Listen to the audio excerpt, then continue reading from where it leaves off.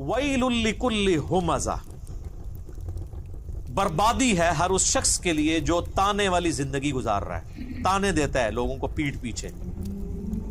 الذی جمع مالا وعددہ، اور اس کی حالت یہ ہے کہ وہ مال جمع کرتا ہے اور اسے گن گن کر رکھتا ہے.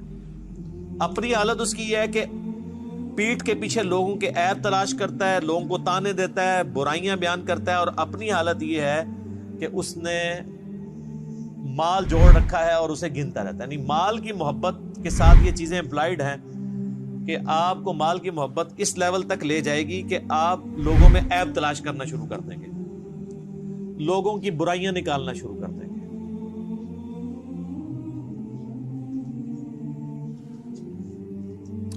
یحسب ان مالہ اخلدہ، وہ خیال کرتا ہے کہ اس کا مال کبھی بھی فانی نہیں ہوگا، ہمیشہ کے لیے اس کا مال اس کے ساتھ رہے گا.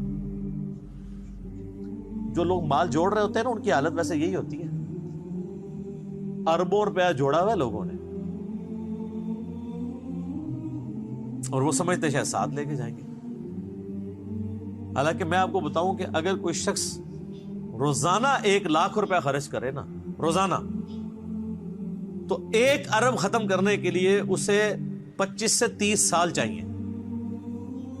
یہ کیلکولیشن کر لیجئے گا. 1 ارب اتنی بڑی رقم ہے، اور یہاں لوگوں کے پاس اربوں ہوتے ہیں، اور 70-80 سال کے ہوئے ہیں. ان سے پوچھا آپ نے کتنی زندگی گزارنی ہے، اور روزانہ 1,00,000 روپے کو خرچ کر سکتا ہے؟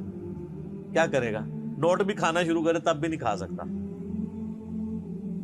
لیکن جب جس کو لت پڑ جائے تو وہ پھر یہی کرتا ہے، اور پھر وہ سمجھتا ہے میرا مال فانی نہیں ہوگا، نہ اس نے مرنا ہے. کلا، ہرگز نہیں. لَيُنبَذَنَّ فِي الْحُطَمَةِ، یقیناً اسے حطمہ میں پھینک دیا جائے گا. یعنی دنیا کی محبت میں جو مبتلا ہوا اور تباہ و برباد ہو گیا، اس کا الٹیمیٹ انجام حطمہ ہے. وَمَا أَدْرَاكَ مَا الْحُطَمَةُ، اور تم کیا جانو کہ حطمہ کیا ہے؟ نار اللہ الموقدہ، وہ اللہ کی ایک آگ ہے جو خوب بھڑکائی ہوئی. ان دوزخ کی آگ.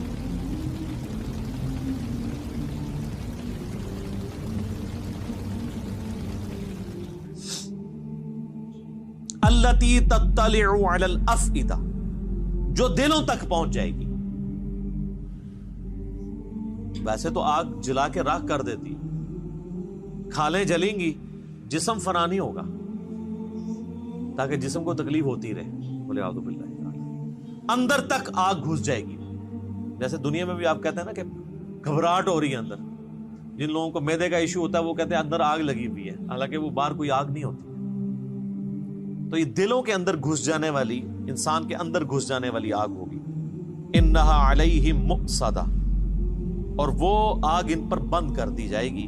فی عمد ممددہ، لمبے لمبے ستونوں میں. کوئی اللہ تعالیٰ نے کو بڑے کیپسولز ایسے بنا کے رکھے ہوئے ہیں، ایسی بھٹیاں بنا کے رکھی ہیں کہ اس کے اندر بندوں کو پھینک دیا جائے گا، اور اس کے بعد لاک لگا دیا جائے گا.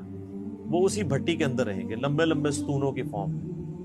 یہاں پہ بھی آپ دیکھیں نا، جو بڑی جیلیں ہوتی ہیں نا، وہ کہتے ہیں جی وہ جیلیں ایسی ہیں جی جس میں آپ لیٹ بھی نہیں سکتے. 4 فٹ بائی 4 فٹ کی جیل، اور آپ اسی کو ذرا کم کریں، اگر آپ 1.5 فٹ بائی 1.5 فٹ یا 2 فٹ بائی 2 فٹ کی جیل ہو جس میں آپ لیٹ بھی نہ سکیں اور کھڑی ہوئی حالت میں، اور اس میں انسان کو باہر سے آگ چھوڑ دی جائے، اندر آگ نہ جلائی جائے، تو کیا انسان کی حالت ہوتی. رومن امپائر کی اگر آپ سزائیں دیکھیں نا یوٹیوب پہ، اگلے زمانوں میں وہ اپنے دشمنوں کو کیسے سزائیں دیتے تھے، تو انسان کے رونگٹے کھڑے ہو جاتے ہیں. بڑے بڑے انہوں نے بیل بنائے ہوئے تھے لوہے کے، لوہے کی چادروں سے بیل نما، یعنی انہوں نے مجسمے کھڑے کیے ہوئے تھے، اور اس کے اندر باقاعدہ بندے کو وہ ڈالتے تھے، اور پھر وہ اس کو بند کر دیتے تھے، اور نیچے آگ روشن کر دیتے تھے. تو اس بندے کی جب چیخیں نکلتی تھی، وہ جیسے کہ وہ ایک گائے کی چیخ نکلتی ہے نا تکلیف کے وقت، تو ویسی وہ گائے کے منہ سے چیخیں نکلتی تھی، اور اس کو وہ انجوائے کرتے تھے. یہ تکلیف دی جاتی تھی. تو یہی اسی قسم کی تکلیف ہے جو اللہ تعالیٰ ہمارا ہے کہ ہم انہیں آگ پہ بڑے بڑے ستونوں میں بند کر دیں گے آگ کے اندر، اور ان کے اوپر آگ چھوڑ دیں گے، اور آگ ایسی ہوگی جو ان کو جلا نہیں رہی ہوگی، اندر گھس رہی ہوگی.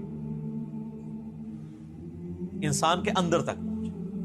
یہ کوئی امیجن ہی نہیں کر سکتا. یہ یقین کریں قرآن لوگوں نے نہیں پڑھا تو اس لیے وہ سمجھتے ہیں کہ کوئی اللہ تعالیٰ کوئی نعوذ باللہ کوئی بڑی نانی اماں یا دادی اماں ہے, اس نے اینڈ پہ سب کو معاف کر ہی دینا ہے. اتنا آسان معاملہ نہیں ہے, یہ بڑا مشکل معاملہ ہے. اور آپ یہ دیکھیں کہ جب یہ آیات نازل ہو رہی ہیں عربیوں کی زبان میں تو ان کی کایا قلب تو پھر ہوتی تھی نا. ہم تو صرف ترجمہ سن کے تو ہماری حالت بدل جاتی ہے. تو جن کی اپنی زبان